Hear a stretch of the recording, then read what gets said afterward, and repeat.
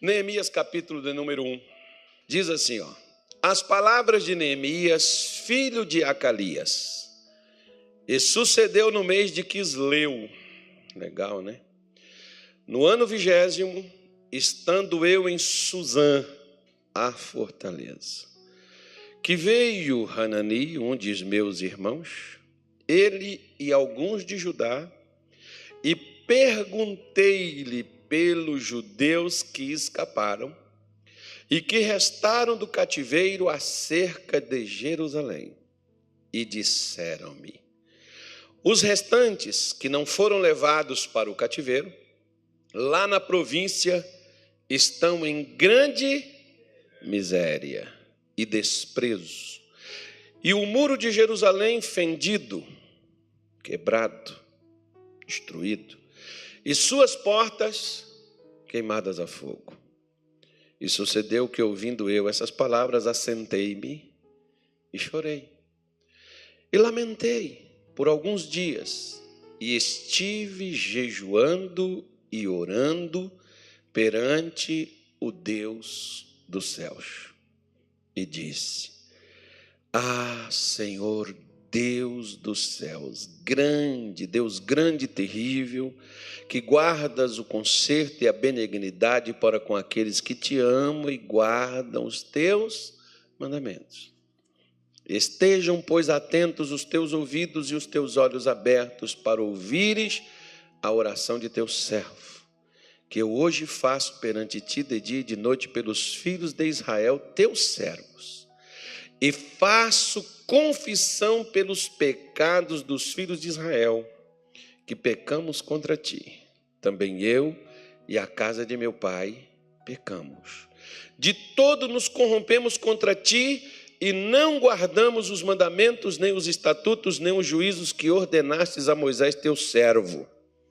Lembra-te, pois, da palavra que ordenastes a Moisés, teu servo, dizendo: vós transgredireis, e eu vos espalharei entre os povos, e vós vos convertereis a mim, e guardareis os meus mandamentos, e os fareis. Então, ainda que os vossos rejeitados estejam no cabo do céu, lá na extremidade da terra, de lá os ajuntarei e os trarei a um lugar que tenho escolhido, para ali fazer habitar o meu nome. Estes ainda são os teus servos e o teu povo, que resgatastes com a tua grande força e com a tua mão forte.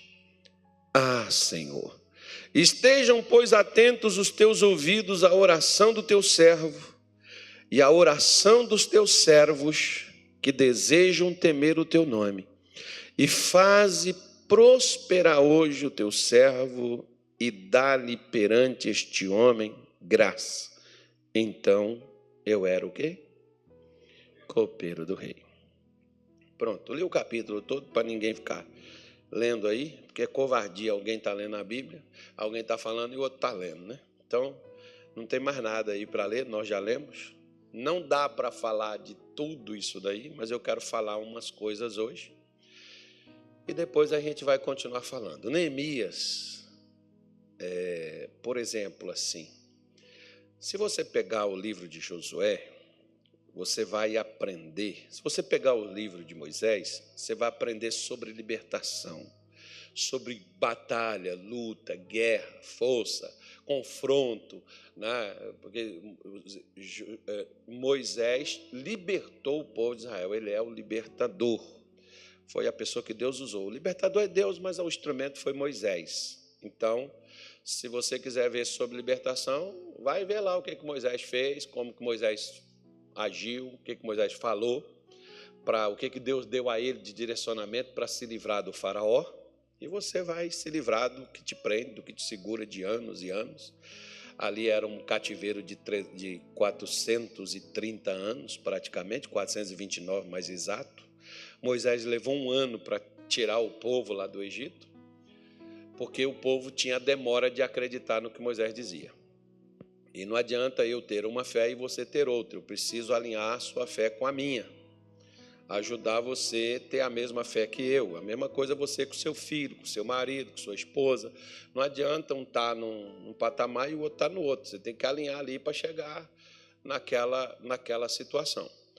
Então, se você ler o livro de Josué, você já vai ver. Josué foi o quê? Foi um conquistador. Como é que ele conquistou? O que Deus falou com ele? Como que ele fez para ele conquistar o impossível? Derrubar muro, né? Passar rio, conquistar a terra da promessa. Josué. Agora, você quer ver sobre restauração? Está aqui, ó. Quer mudar a situação? O livro é esse aqui, de Neemias. Você vai encontrar. Agora, eu quero falar umas coisas interessantes com você. Quando Neemias, né, ele estava lá em Suzã, como copeiro do rei. Mas Neemias não era judeu? Era ou não era? Digamos que como copeiro, ele não tinha uma boa posição? Não estava boa a vida para ele? Estava ou não estava? Interessante. Às vezes a vida está boa para a gente, não está, irmão? Você não está tão assim, mas você olha assim e você diz assim, pô, pelo menos eu sou salvo, eu aceitei Jesus, me batizei, estou na igreja, estou buscando a Deus, pastor, as coisas melhoraram bastante para mim. Agora olha dentro da sua casa. Olha nos vizinhos, olha na cidade, olha do lado, para trás, olha à frente, acima. Às vezes você mora no edifício, dá uma olhada e vê como é que está. Aí sabe o que eu e você fazemos quando a gente olha? Ah, mas eu não sou Deus, eu não resolvo a vida dos outros. É claro, a gente não é Deus, mas só uma pergunta. Você se preocupa com os outros? Porque se Deus está em alguém, a maior prova de que Deus está em alguém é que esse alguém se preocupa com os outros. Não consigo próprio. Porque todo egoísta, ele só se preocupa consigo mesmo. Ele não se preocupa. Mas graças a Deus eu estou bem, eu estou na igreja, eu estou servindo a Deus, eu estou muito feliz. E sua mãe? Está na depressão? E seu filho está nas drogas? Ele também está alegre, servindo a Deus? E seu pai? E seu irmão, sangue do seu sangue, como aqui, por exemplo, Neemias estava numa boa posição, mas o irmão dele estava onde? Estava no meio da miséria, no meio da destruição, estava tudo destruído. Aí eu vou fazer um convite para você. Comece nessa semana, até a sexta-feira, leia o livro de Jeremias. Jeremias é o profeta do cativeiro. Você vai ver. Se você tiver preguiça, por exemplo, de ler, tem aplicativos que tem Bíblia e ele tem. Neemias, sabendo do triste. Quer ver? Espera aí. Eu fiz foi desligar aqui. Eu sou bom demais na tecnologia.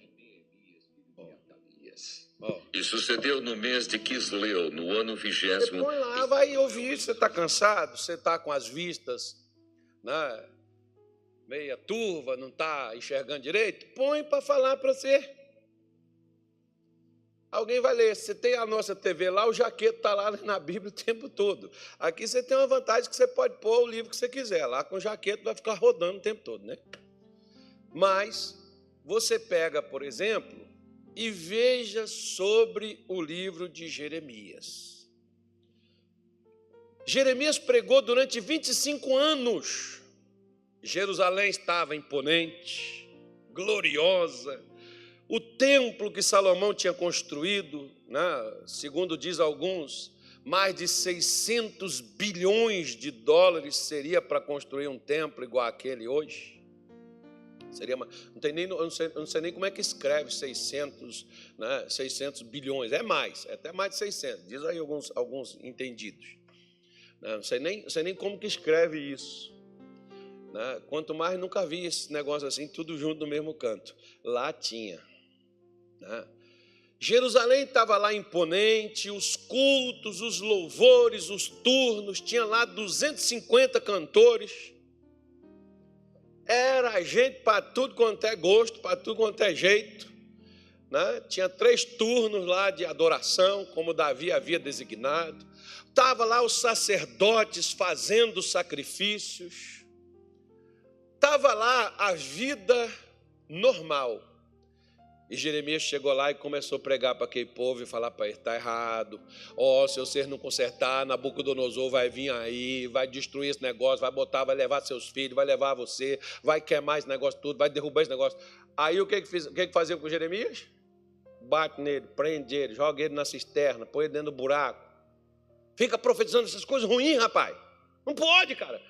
Você não está vendo? Olha que Deus vai destruir esse tempo tão lindo, maravilhoso, essa coisa tão boa que Ele deu.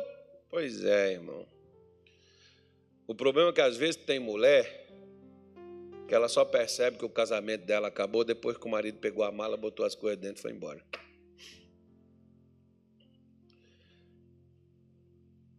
Como é que o irmão de Neemias percebeu que Jerusalém estava destruída? Quando viu o muro fendido, as portas queimadas e o povo na miséria, quando estava tudo destruído. Mas eles foram destruídos quando estava aquilo ali? Não, há 25 anos atrás, quando Jeremias começou a pregar. Já estava destruído. Mas a estrutura estava em pé. Porque a destruição não começa na estrutura. A destruição, Jesus disse, por exemplo, que o que contamina o homem, Marcos 7, versículo 21, Jesus não diz que o problema do homem é o que entra nele, é o que sai dele, está dentro. A destruição começa de dentro para fora. Quando fora cai, é porque dentro já estava caído. A destruição de Israel veio, e Neemias está aqui mencionando e dizendo, quando mesmo eles ouvindo e sabendo qual eram os mandamentos de Deus, eles mantiveram a estrutura em pé, mas não mantiveram o seu lado interno, o lado de dentro, funcionando. Desprezaram a palavra de Deus, desprezaram os mandamentos de Deus, fizeram as coisas como eles queriam, mas a vida é minha, o meu corpo, minhas regras, mas eu posso fazer o que eu quiser, porque o importante para Jesus é o meu coração, Jesus me ama de uma forma incondicional. Ah, é? Será? Porque é assim que muita gente hoje está vivendo, mas a estrutura está em pé.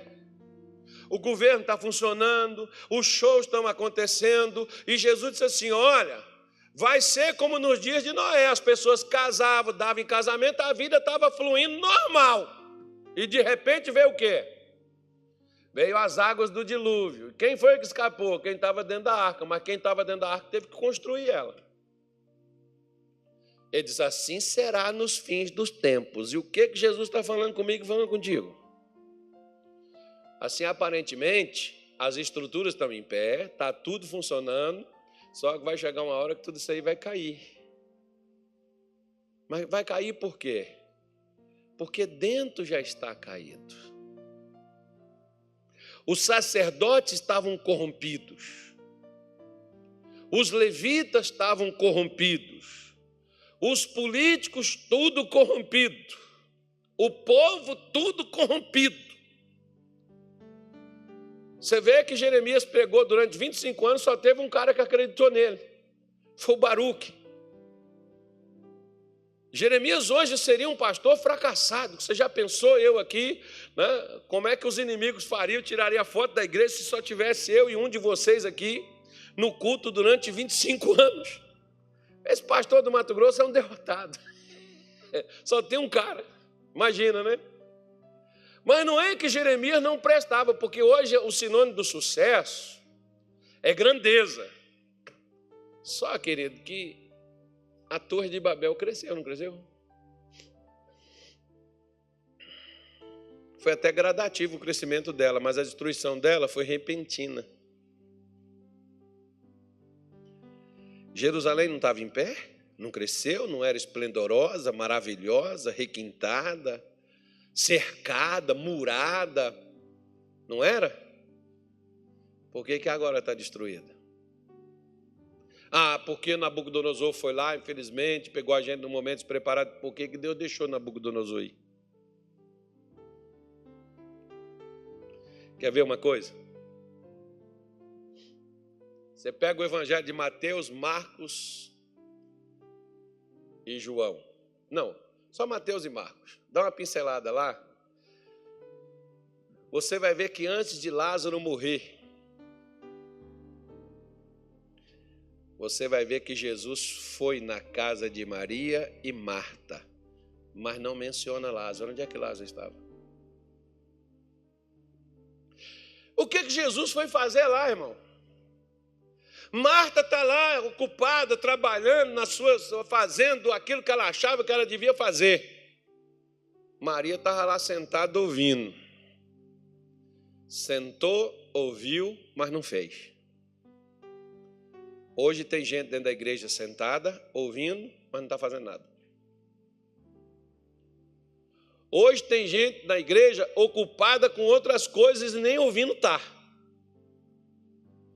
E hoje tem gente que está igual Lázaro, nem na igreja está. Mas quando dá um BO, por que Deus deixou isso acontecer? Aí Marta e Maria foram lembrar que tinha alguém que podia mudar aquela situação que acometeu seu irmão, que estava ali entre a vida e a morte, não tinha morrido, estava doente, aquela situação conflitante, aquela destruição iminente. E de repente Jesus diz assim: vou ficar mais um dia. Mais um dia que ele fica é o suficiente para chegar lá. Lázaro estava morto, já tinha 4 dias, né? Já tinha 4 dias morto e enterrado. E qual o diagnóstico de Maria? Se tu estivesses aqui, meu irmão não teria morrido. O que Marta falou? Se tu estivesse aqui, meu irmão não teria morrido. E por que Jesus não estava lá? Porque quando Jesus foi, elas não fizeram caso que ele permanecesse. Quando Jesus vem, eu estou fazendo caso que ele permaneça ou só que ele me dê uma estrutura? Me deu uma casa, me deu uma família, me deu um emprego, me deu um salário, uma renda. Mas, e quando vier o que eu não posso controlar, aonde é que Jesus estará para me livrar daquilo? Porque Jeremias foi falar com esse povo que estava aqui, destruído, queimado, fendido, derrubado. Jeremias foi lá falar com eles. Mas quando Jeremias foi falar com eles, principalmente no capítulo 6 de Jeremias, que eu gostaria que você escutasse, você ouvisse hoje, quando você for para casa, vá ouvindo. Faça esse favor. 6 e 7 de Jeremias. É rapidinho. Coloca lá, vai ouvir no teu ouvido, ou no som do teu carro, no Bluetooth, alguma coisa, seu celular. Faça, escute. Você vai ver Deus dizendo assim: Jeremias, não ore por este povo, eu não te ouvirei. Eles viraram para mim as costas e não seu rosto. 25 anos Jeremias repetiu, chorou, implorou, pregou. E o que Jeremias levou? Paulada, cacetada, descrédito e colocado lá como um conspirador, como aquele que estava contra, como que estava do lado sendo pago pelo Nabucodonosor, pela Babilônia, para confundir o povo. Foi assim que eles viram Jeremias. É assim que às vezes hoje muitos crentes estão vendo quem Deus está dando mensagens para que eles não sejam destruídos no futuro, no dia de amanhã. Mas como eu tenho minha casa, meu filho está aqui, meu casamento está aqui, a minha vidinha mais ou menos está funcionando, então eu não preciso me preocupar, porque está tudo bem. E amanhã, quando cair? Deus não vai deixar uma coisa dessa. Tá bom. Então não deixa a estrutura dentro cair, porque o que fez cair aqui o Neemias disse assim, ó, nós não guardamos os seus mandamentos. Eu pequei, a casa de meu pai pecou, Israel pecou, Jerusalém pecou. E foi essa a nossa desgraça, foi essa a nossa destruição. Não foi quando Nabucodonosor veio e queimou e destruiu a cidade que a coisa escangalhou. A coisa escangalhou há muitos anos atrás e ninguém percebeu porque a estrutura estava em pé. Hoje tem gente que não está percebendo. A igreja está funcionando, a pessoa está trazendo oferta, dízimo, as contas estão sendo pagas, e tem gente que não está percebendo que a estrutura está em pé. A pessoa está trabalhando, está gerando recursos, está vendendo, está recebendo, a estrutura está em pé. No dia de amanhã, quando cair, a pessoa vai dizer, por que Deus deixou isso acontecer? Deus não deixou, irmão. Nós deixamos de ouvir. Quando a parte de fora cai, como disse João, lembra-te de onde caíste, arrependa-te, senão brevemente virei a ti e tirarei o teu catiçal. Vou tirar a sua luz, a luz estava lá, mas eles caíram e não perceberam que estavam caídos.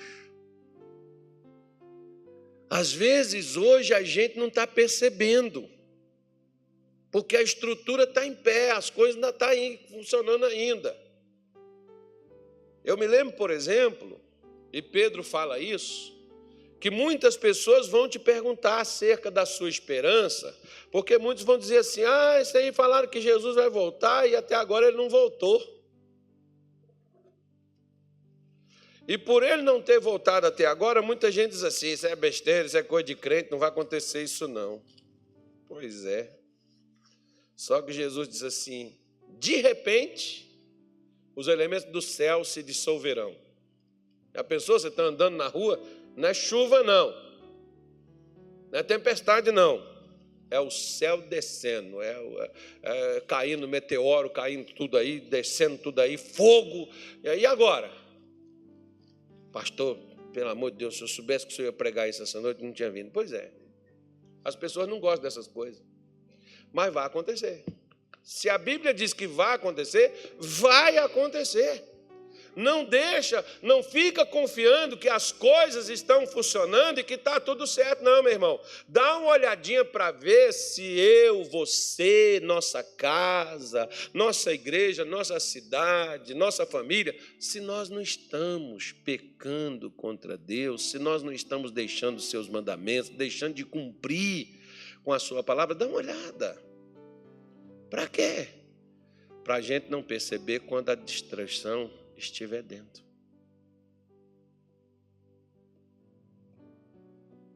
Quer ver?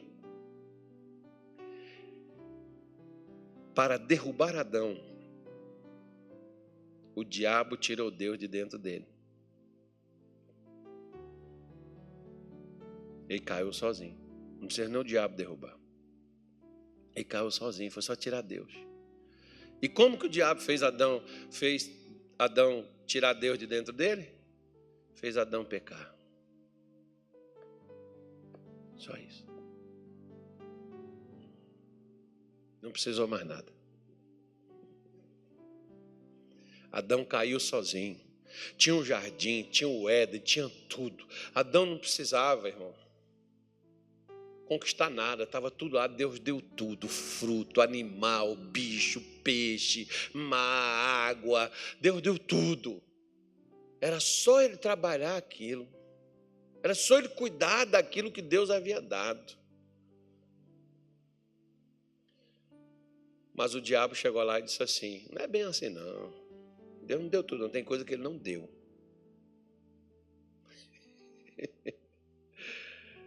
O que o Adãozinho fez? Caiu no conto de Satanás. Foi lá e fez o que não devia ter feito. Só que Adão só percebeu quando Deus botou ele para fora do jardim. Jesus veio para nos levar de volta ao Éden. para nos levar de volta ao jardim. Sai de lá não, irmão. Olhe, verifique.